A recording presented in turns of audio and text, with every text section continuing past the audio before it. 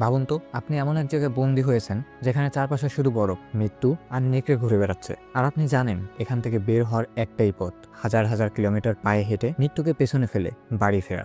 এই as far as my feet will carry me মুভিটা একটা সত্য ঘটনা। এখানে এক সৈনিকের বেঁচে ফেরার লড়াই আমাদের শেখায় মানুষের ইচ্ছা শক্তি ঠিক কতটা শক্তিশালী হতে পারে। আজকের এই ভিডিওতে আমি এই অবিশ্বাস্য গল্পটা মুভি এক্সপ্লেন্ড ইন বাংলা স্টাইলে বলবো। তুমি শেষ পর্যন্ত দেখো, কারণ এই গল্পটা শুধু একটা সিনেমা না, এটা একটা মানুষের আত্মার বিজয়ের গল্প। এই গল্পের শুরুতে আমরা সাইবেরিয়ার এক জেল দেখতে পাই, যেখানে প্রচুর জার্মান সেনাকে বন্দী করে রাখা হয়েছিল। আসলে দ্বিতীয় বিশ্বযুদ্ধ শেষ হওয়ার পর রাশিয়া বহু জার্মান সেনাকে বন্দী বানায় এবং তাদের দিয়ে কয়লার খনিতে কাজ করাতো।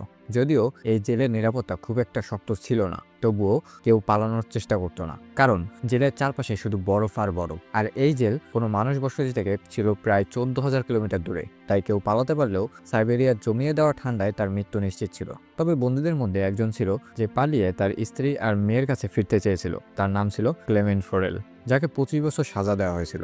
কিন্তু ক্লেমেন্ট কোনোভাবেই সারা জীবন বন্দী হয়ে থাকতে রাজি ছিল না। একদিন সুযোগ পেয়ে সে কয়লা বহন করা একটি মালগাড়িতে উঠে জেল থেকে পালিয়ে গেল। আর জেলের বাইরে খোলা আকাশে তারার ঝিলিক দেখে সে আনন্দে নেচে উঠল। কিন্তু কিছু দূর গিয়ে মালগাড়ি থেমে গেল। বাইরে উঁকি দিয়ে দেখে সামনে রুশ সেনা বন্দুক তাক করে দাঁড়িয়ে আছে। এবার সে ধরা পড়ল এবং পালানোর শাস্তি হিসেবে তাকে খোলা আকাশের নিচে একটি সেলে বন্দী করে রাখা হলো। 2 দিন পর জেলের ওয়ার্ডেন তাকে ডেকে বলল, তোমার সঙ্গীরা তোমার জন্য অধীর অপেক্ষায় আছে। কিন্তু যখন সঙ্গীদের সামনে তাকে আনা হলো, তখন তারা হাতে লাঠি নিয়ে অপেক্ষা করছিল, কারণ ক্লেমেন্টের পালানোর কারণে তাদের গত 2 দিন খাবার দেওয়া হয়নি। সঙ্গে সঙ্গে সবাই মিলে ক্লেমেন্টকে প্রচন্ড মারধর করলো। এতে সে এতটাই আহত হলো যে তাকে জেলের হাসপাতালে ভর্তি করতে হলো। সেই হাসপাতালের ডাক্তার ছিল এক জার্মান বন্দী। সে ক্লেমেন্টের সাহস দেখে অবাক হলো। ক্লেমেন্ট ডাক্তারকে বলল সে আবার পালাতে চায় এবং এতে ডাক্তারকে তার সাহায্য করতে হবে। ডাক্তার তাকে বোঝালো এই জেল থেকে বেঁচে পালানো অসম্ভব, আর যদি পালাতেও পারো তাহলে বাইরে জমিয়ে দেওয়া ঠান্ডায় মরবে। কিন্তু আসল সত্য হলো জেলে থেকেও মৃত্যু নিশ্চিত ছিল, কারণ যে খনিতে তোমরা কাজ করো সেখানে লেয়ার আছে, তা বাতাসের মাধ্যমে শরীরে ঢুকে ক্যান্সারের মতো রোগ সৃষ্টি করছে। তাই ডাক্তার তাকে শেষবার চেষ্টা করার পরামর্শ দিল। ডাক্তার নিজে গরম কাপড় ও জুতা ক্লেমেন্টকে দিল এবং জানালো যে রুশ সেনারা খাবার রেললাইনের পাশে লুকিয়ে রাখে। সে ক্লেমেন্টকে একটি বন্দুকও দিল আত্মরক্ষার জন্য। আসলে ডাক্তার নিজেও পালাতে চেয়েছিল, কিন্তু 1 সপ্তাহ আগে জানতে পারে যে সে ক্যান্সারে আক্রান্ত এবং তার হাতে মাত্র 1 মাস সময় আছে।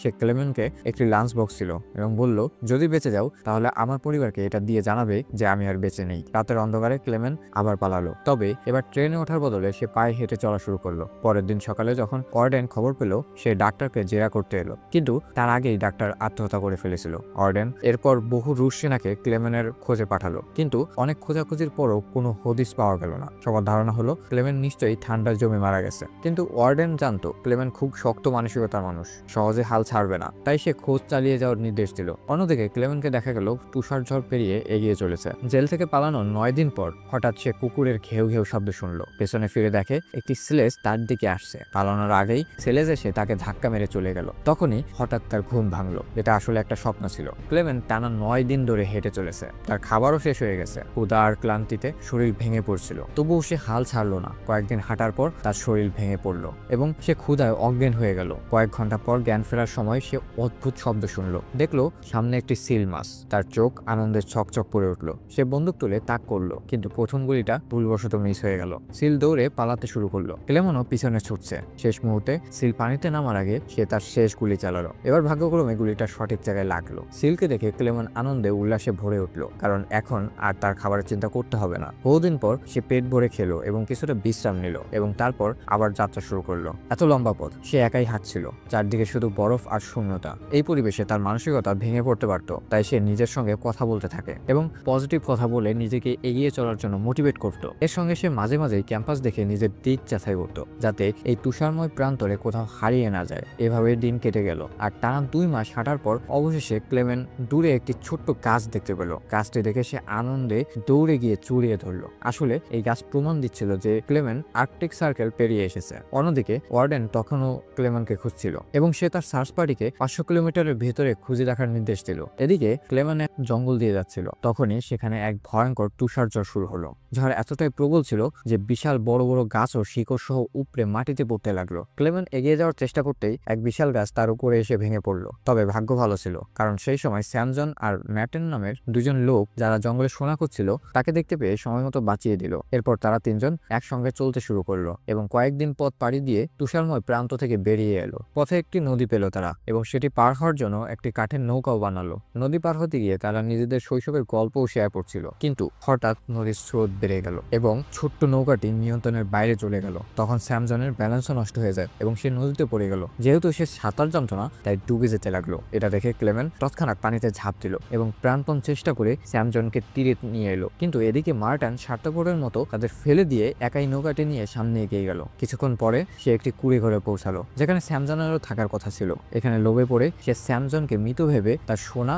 আর অন্যান্য জিনিসপত্র নিয়ে নিল। কিন্তু অল্প কিছুক্ষণ পরেই ক্লেমন আর স্যামজন সেখানে পৌঁছে গেল। মার্টানের এই বিশ্বাসঘাতকতায় স্যামজন প্রচন্ড রেগে গেল এবং তাকে গুলি করে হত্যা করলো। এরপর ক্লেমেন আর স্যামজন নিজেদের জিনিসপত্র গুছিয়ে নিয়ে যাত্রা চালিয়ে গেল। তারা কয়েক মাস ধরে একই পথে চলতে লাগলো। শুধু আশা ছিল যে একদিন না একদিন কোনো মানুষের বসতি পাবে। পুনরায় শীত আসলো আর চারপাশে সবুজ বন সাদা বরফে ঢেকে গেল। স্যামজনের জিনিসপত্র অনেক ভারী হয় বরফের মধ্যে হাঁটতে অনেক সমস্যা হচ্ছিল। এটা দেখে ক্লেমেন তার বোঝা কমাতে চাইলো এবং বলল কিছুক্ষণের জন্য তার জিনিসপত্র সে বহন করবে। কিন্তু স্যামজনের মনে হলো হয়তো ক্লেমেনও তার সোনা চুরি করতে চাইছে, তাই সে হঠাৎ আক্রমণ করে ক্লেমেনকে অজ্ঞান করে দিল। কিছুক্ষণ পরে ক্লেমেনের জ্ঞান যখন ফিরল এবং দেখে যে একজাক নেকড়ে তার দিকে ধেয়ে আসছে, প্রাণ বাঁচাতে সে গাছে উঠে গেল। কিন্তু নেকড়েগুলো তার পা ধরে নিচে নামানোর চেষ্টা করলো। যেহেতু গাছটা বেশ পাতলা ছিল তাই ভেঙে পড়লো এবং এবার তো তার মৃত্যু নিশ্চিতই ছিল। কিন্তু ঠিক সেই মুহূর্তে গুলির আওয়াজ শোনা গেল। ক্লেমেন চোখ খুলে দেখে সব নেকড়েই মৃত। আসলে এলাকার কিছু শিকারী শেষ মুহূর্তে এসে তার জীবন বাঁচিয়ে দিল। তারা তাকে গ্রামে নিয়ে গেল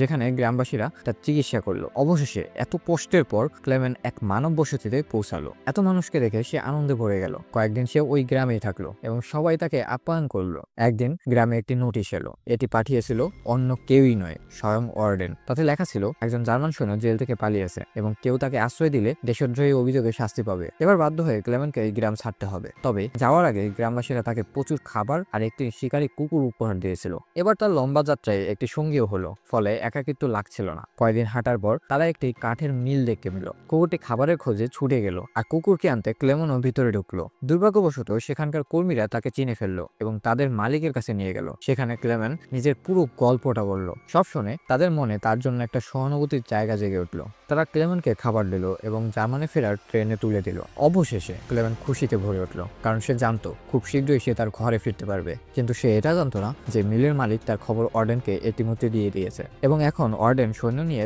স্টেশনে তার অপেক্ষায় আছে। তবে ভাগ্য ভালো থাকায় স্টেশনে পৌঁছানোর ঠিক আগ মুহূর্তে ক্লেমেন ওই সৈন্যদের দেখে ফেলে এবং সুযোগ বুঝে ট্রেন থেকে লাফ দিয়ে পালিয়ে গেল। কিন্তু তার ভাগ্যটা অতটাও ভালো ছিল না। দুর্ভাগ্যবশত রুশ সেনারা তাকে দেখে ফেললো এবং পিছু নিল। ক্লেমেন দ্রুত দৌড়ে ট্রেন লাইন পার হলো, কিন্তু হঠাৎ কোথা থেকে ওয়ার্ডেন তার সামনে এসে দাঁড়ালো। এটা দেখে ক্লেমেনের বুক কেঁপে উঠল। মনে হলো তার এত বছরের কষ্ট এক মুহূর্তে শেষ হয়ে যাবে। কিন্তু ঠিক সেই সময় ক্লেমেনের কুকুর ওয়ার্ডেনের উপর ঝাঁপিয়ে পড়ে তাকে কামড়ে দিল। এই সুযোগে ক্লেমেন প্রাণপণে দৌড়াতে শুরু করলো। ঠিক সেই মুহূর্তে একটা গুলির শব্দ শোনা গেল। পেছনে তাকিয়ে দেখা গেল কুকুরটি মরে গেছে। এতে তার মন ভেঙে গেল, কিন্তু সে থামলো না, নিজের সমস্ত শক্তি দিয়ে দৌড়াতে থাকলো। এরপর সে একটি ব্রিজে উঠে নিচে চলতে থাকা ট্রেনের উপর লাফ দিল এবং সেখান থেকে পালিয়ে গেল।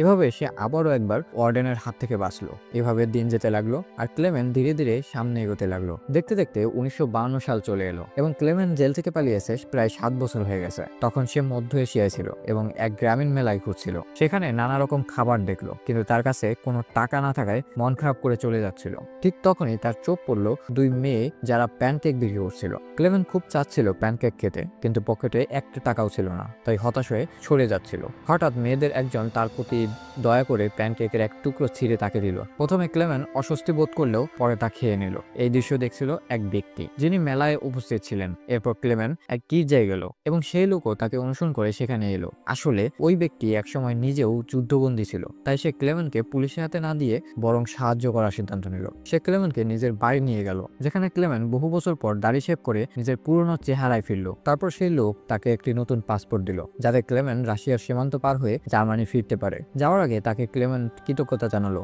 এবং সীমান্তের দিকে যাত্রা করলো। কয়েক সপ্তাহ পরে সে রাশিয়ার সীমান্তে পৌঁছালো এবং সেখানে উপস্থিত সৈন্যকে নিজের পাসপোর্ট দেখালো। তার ভয় হচ্ছিল সৈন্য হয়তো তাকে চিনে ফেলবে বা নকল পাসপোর্ট ধরে ফেলবে, কিন্তু সৌভাগ্যক্রমে কিছুই হলো না। সৈন্য তাকে সীমান্ত পার হওয়ার অনুমতি দিল। এতে ক্লেমেন্ট এতটাই আনন্দিত হলো যে নিজের হাসি আটকাতে পারল না। অবশেষে সে সেই ব্রিজে পৌঁছালো যেটি পার হলে সে জার্মানিতে পৌঁছে যাবে। কিন্তু ব্রিজের অর্ধেক যাওয়ার পর হঠাৎ তীব্র আলো তার চোখে পড়লো। চোখ খুলে দেখে সামনে দাঁড়িয়ে আছে ওয়ার্ডেন। পেছনে তাকিয়ে বুঝলো যে এখনো সে রাশিয়ার মাটিতেই আছে, অর্থাৎ ওয়ার্ডেন চাইলে তাকে এখনই গ্রেপ্তার করতে পারে। এই সময় তার মন ভেঙে গেল। মনে হলো এত বছর এত কষ্ট সব বৃথা যাবে। কিন্তু ঠিক তখনই এমন কিছু ঘটলো যা সে নিজেও আশা করেনি। ওয়ার্ডেন তার পথ ছেড়ে দিল এবং তাকে সামনে যেতে দিল। প্রথমে ক্লেমেন্ট বিশ্বাস করতে পারছিল না, কিন্তু সাহস করে এগোলো। আসলে ওয়ার্ডেন ক্লেমেন্টের বেঁচে থাকার জেদ এবং তার সাহস দেখে এতটাই মুগ্ধ হয়েছিল যে তাকে আর গ্রেপ্তার করলো না। অবশেষে ক্লেমেন্ট সীমান্ত পেরিয়ে জার্মানিতে প্রবেশ করলো। তারপর সে নিজের বাড়িতে পৌঁছালো, যেখানে বহু বছর পর